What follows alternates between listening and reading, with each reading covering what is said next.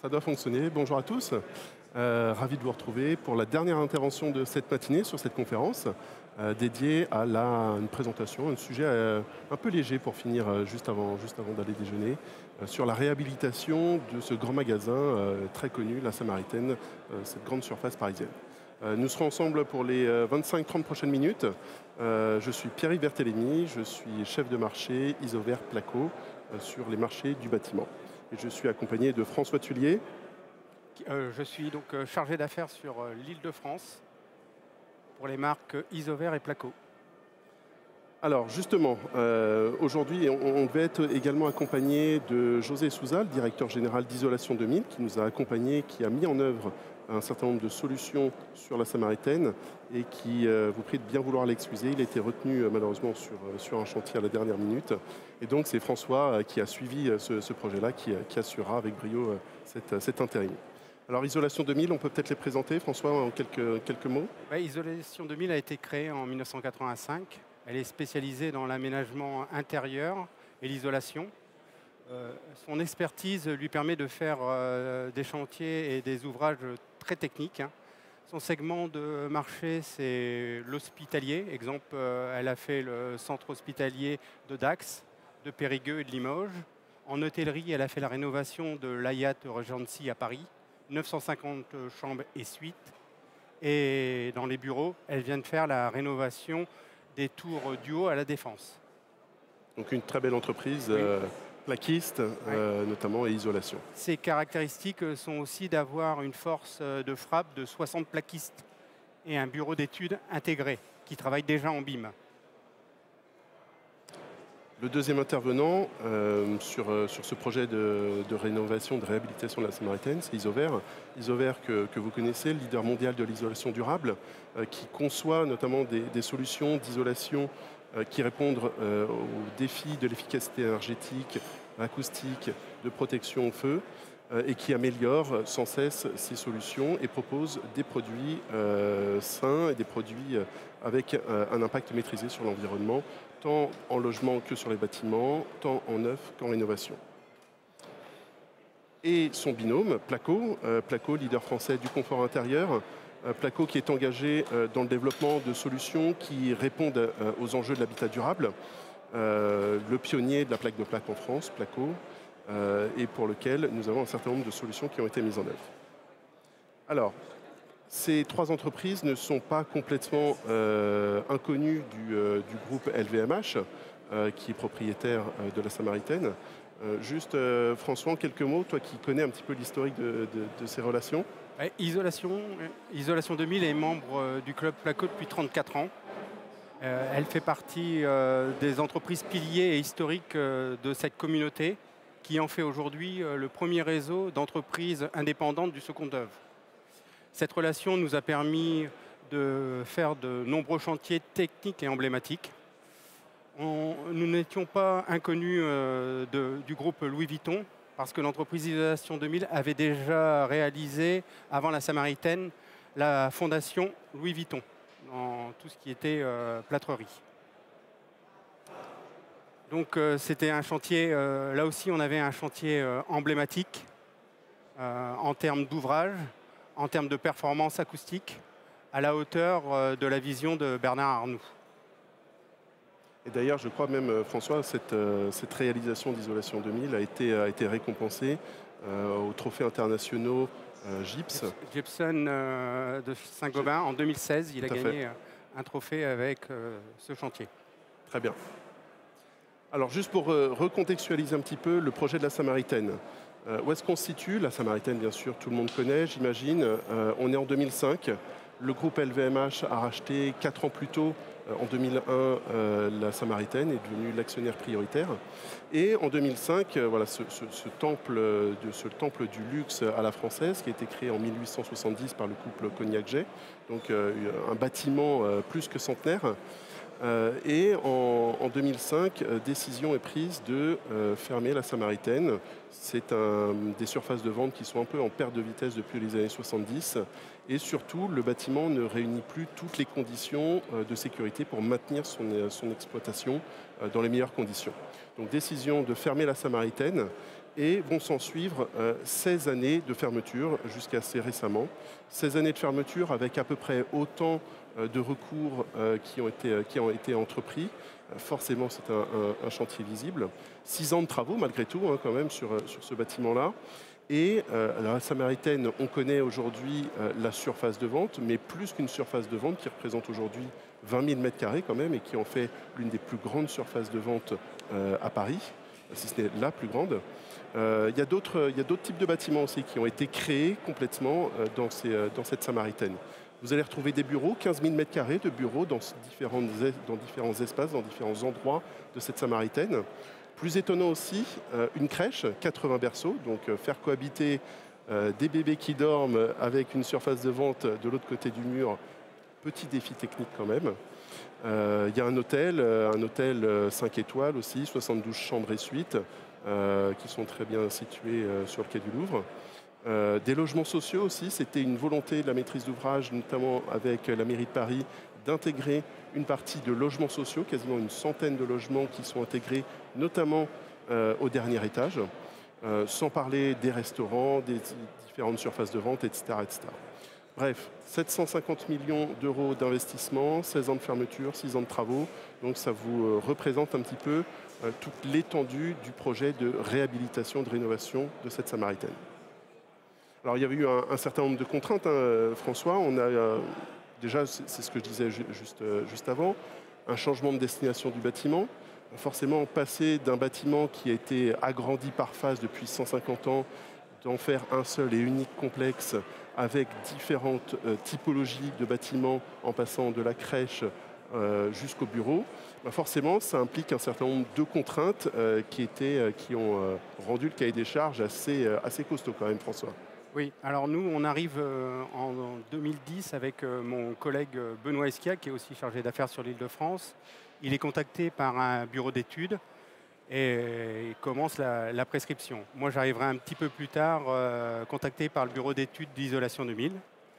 Mais avant ça, donc, on décide de travailler ce bâtiment, cette rénovation, pardon, par bâtiment. Donc on commence à présenter nos solutions techniques à la maîtrise d'ouvrage, maîtrise d'œuvre et au bureau d'études thermiques, acoustiques. Donc même si tous les CCTP ont intégré un maximum de nos solutions, il a fallu retravailler après avec les différents intervenants nos solutions techniques par rapport aux besoins du bâtiment. Par exemple, pour les logements, il fallait répondre à différentes problématiques acoustiques, feu, thermique, grande hauteur et anti-effraction. Tout en respectant une grosse problématique du chantier, c'était la reprise des charges. Voilà, il ne fallait pas que les solutions soient trop lourdes par rapport à la structure du bâtiment. Effectivement, parce que c'est un bâtiment qui est classé. La Samaritaine, tout le monde a en tête le fameux escalier, la façade, les fresques, etc. C'est un bâtiment qui est classé au monument historique. Et ce sont autant de symboles d'art nouveau, d'art déco, qui font la renommée de la Samaritaine et surtout autour desquels il ne fallait absolument pas toucher et qui sont autant de contraintes qu'il a fallu intégrer. Contraintes également logistiques, parce qu'on est en plein cœur de Paris.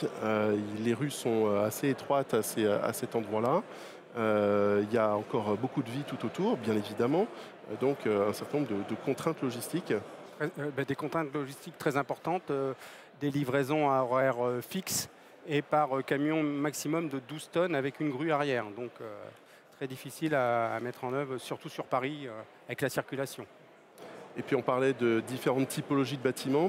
C'est sûr que la réglementation dans une crèche, même sans en être expert, on se doute bien de la complexité et du corpus réglementaire et normatif qui régissent les crèches, les bureaux, etc. Faire cohabiter l'ensemble de ces bâtiments, la mixité de ces bâtiments, font que les défis étaient nombreux et multiples. Alors justement, quelles solutions ont été mises en œuvre côté Isover et Placo sur ce chantier par Isolation 2000? Ce qu'on vous propose peut-être déjà, c'est de recontextualiser un petit peu tout ça et de vous présenter en quelques images tout l'enjeu concentré sur une solution bien technique et spécifique mise en œuvre.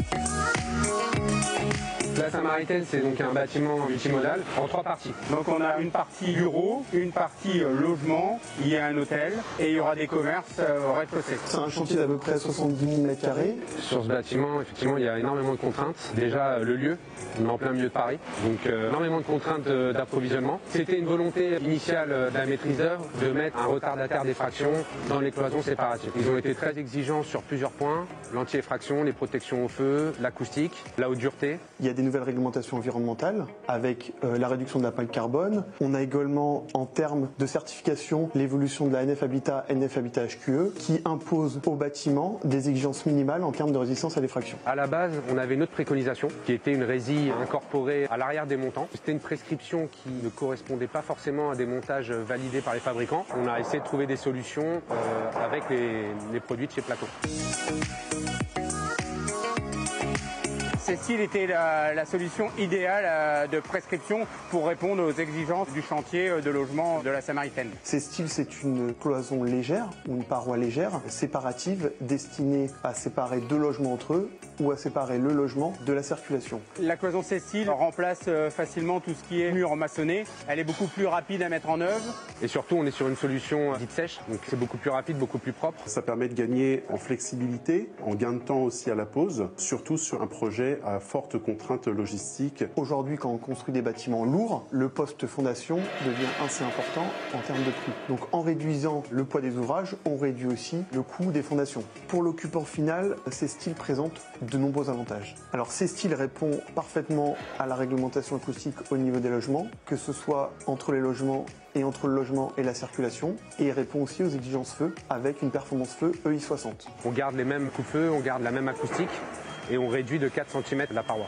Grâce à ces styles, on va pouvoir gagner de la surface habitable avec des cloisons qui sont beaucoup plus fines que sur des solutions maçonnées traditionnelles. Du coup, un gain de surface habitable qui est non négligeable quand on prend en compte le coût du mètre carré. Alors l'avantage du système Cestyle, c'est effectivement on remplace les ossatures classiques Placo-Style par un bac acier. Donc ce qui permet un gain de temps considérable et aussi la possibilité d'apporter des propriétés anti-effraction à la cloison. C'est un produit qui est simple à poser, il n'y a pas besoin de caler les ossatures pour visser quelque chose sur les ossatures, ça fait office d'ossature, ça s'adapte facilement aux grosses œuvres, comme une cloison standard en fait. Par rapport aux plaquistes, aucune modification par rapport à ses habitudes de pose. Tous les composants de cette cloison peuvent arriver prédécoupés sur mesure. Donc un gain de temps pour l'entreprise de pose. Le fait d'avoir des panneaux coupés sur mesure à la demande nous aide énormément. C'est un produit qui est très bien fait parce que les ondes font 30 cm. Donc on soit en Duotech ou en BA13, c'est très adapté aux ouvrages. C'est un très bon produit bien pensé pour ce type de destination. Donc c'est que des plus et que des avantages. La paroi Cestyle doit être prise en compte dès la phase de conception du bâtiment. La cloison Cestyle s'adapte aussi aux nouveaux modes constructifs. On construit de plus en plus en système poteau-poutre. La cloison Cestyle s'adapte à tout type de chantier. Les bâtiments ont maintenant plusieurs vies, ce qui oblige les promoteurs et les entreprises générales à trouver de nouvelles solutions pour répondre à ces contraintes. Grâce à Cestyle, on va construire des bâtiments qui auront plusieurs usages. On est vraiment sur une réponse à des exigences de modularité qui sont de plus en plus présentes. On a beaucoup de bureaux qui passent en logement. Donc la cloison Cestyle répond idéalement à toutes les problématiques. On va pouvoir créer des configurations d'appartements différents qui vont répondre à différents besoins. Ça intéresse fortement tout ce qui est bailleurs sociaux, qui au bout de quelques années d'exploitation de leur bâtiment permet de faire une réhabilitation rapide, un curage complet du bâtiment et de le réadapter à leurs besoins. Par exemple, aujourd'hui je construis des logements, demain le bâtiment qui contient des logements peut devenir des bureaux. Et c'est ça l'objectif de ces styles.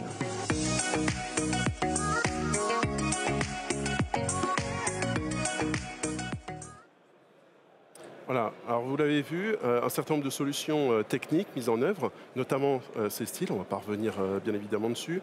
Vous avez bien compris la problématique qui était de transformer une grande surface vide qui accueillait des magasins précédemment, une surface de vente, et de la transformer en logement collectif. Donc c'était extrêmement difficile à mettre en œuvre, surtout qu'on ne pouvait pas toucher à l'enveloppe, on devait veiller à la reprise de charge et donc avoir une solution qui soit à la fois confortable pour les occupants, sécuritaire bien évidemment, qui répondent à un certain nombre de points en termes d'acoustique. Et donc ces styles, François, étaient la solution la plus à même, la plus recommandée sur ce bâtiment. Ouais, comme on a vu dans le film, l'architecte il avait décrit une résille métallique. Mais il n'y avait pas de normes par rapport à cette résille. Donc quand on a présenté notre solution C-Style, avec toutes les validations, la maîtrise d'ouvrage, la maîtrise d'œuvre, le bureau de contrôle ont validé. C'est vrai que C-Style est très très flexible pour la construction des bâtiments. Donc elle répond à toutes les problématiques en logement.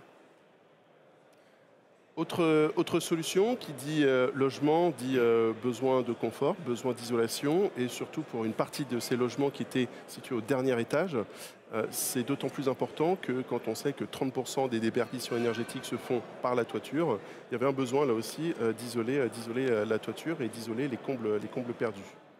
On était parti donc sur le produit IBR. Il permettait de répondre à toutes les problématiques qu'on avait thermiques, acoustiques et écologique, laine 100% recyclable avec un liant biosourcé.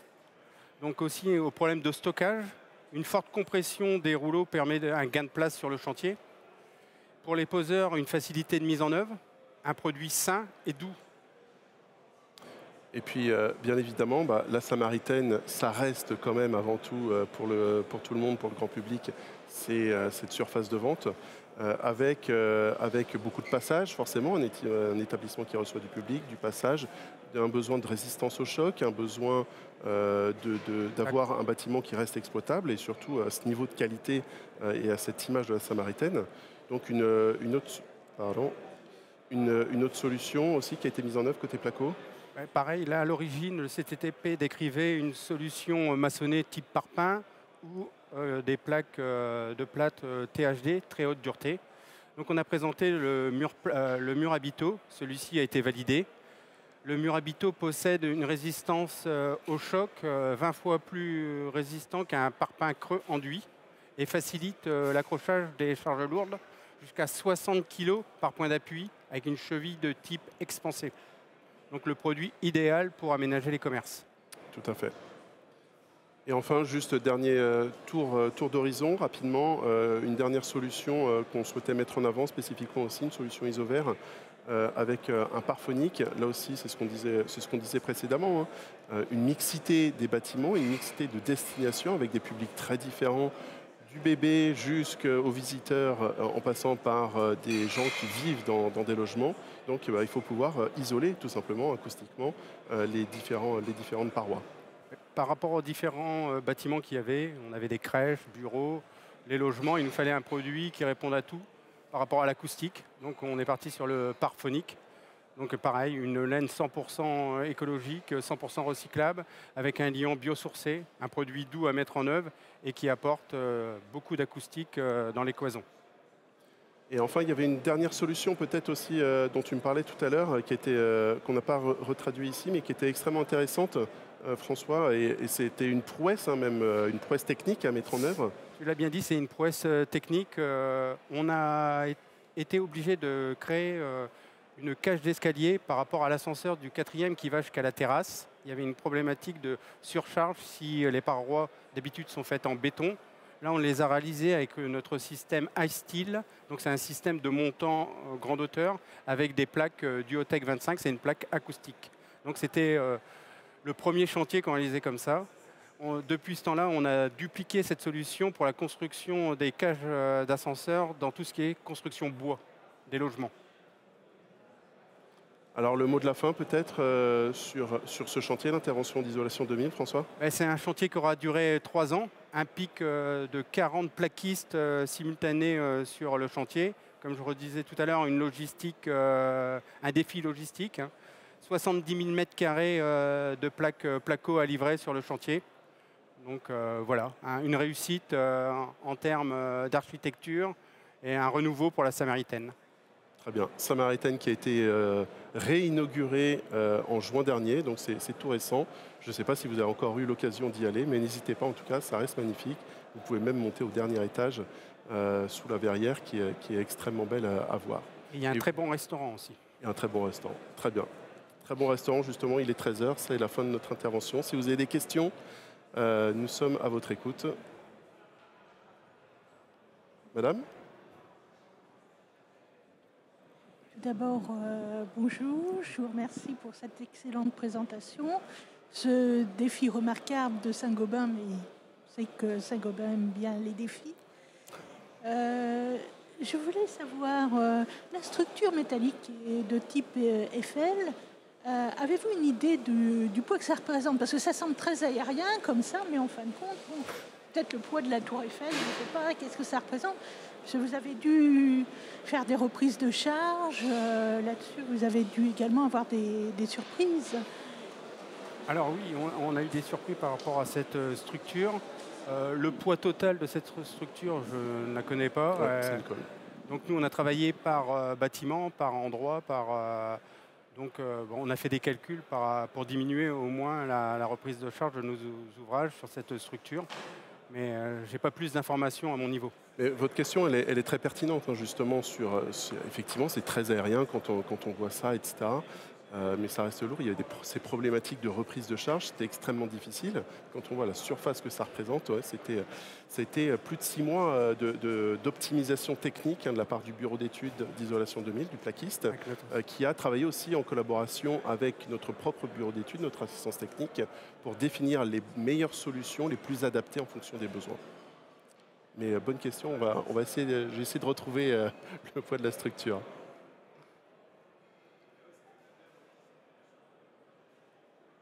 Autre question? Bon bah écoutez, merci à vous en tout cas. Merci beaucoup. On vous souhaite une bonne fin de journée et à très bientôt.